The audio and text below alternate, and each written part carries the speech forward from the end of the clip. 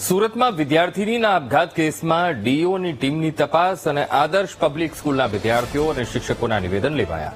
ડીઓને report સુપરત કરવામાં આવશે. તપાસ ટીમે સીસીટીવી પણ ચેક કર્યા છે. તો સુરતની આ ઘટના જ્યાં એક વિદ્યાર્થીનીએ આપઘાત કરી લીધો હતો અને આ કેસમાં હવે તપાસનો ધમધમાટ તેજ થયો છે. સુરત ડીઓની સૂચના બાદ સ્કૂલમાં તપાસ કરવામાં આવી અને સીસીટીવીની પણ તપાસ કરવામાં આવી. હાલ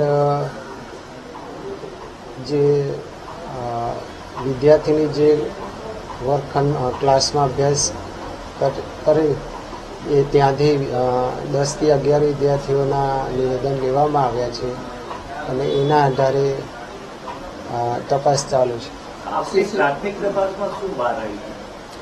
અત્યારે હાલ તપાસ ચાલુ હોય આ બાબતે હું કહી શકું એમ નથી.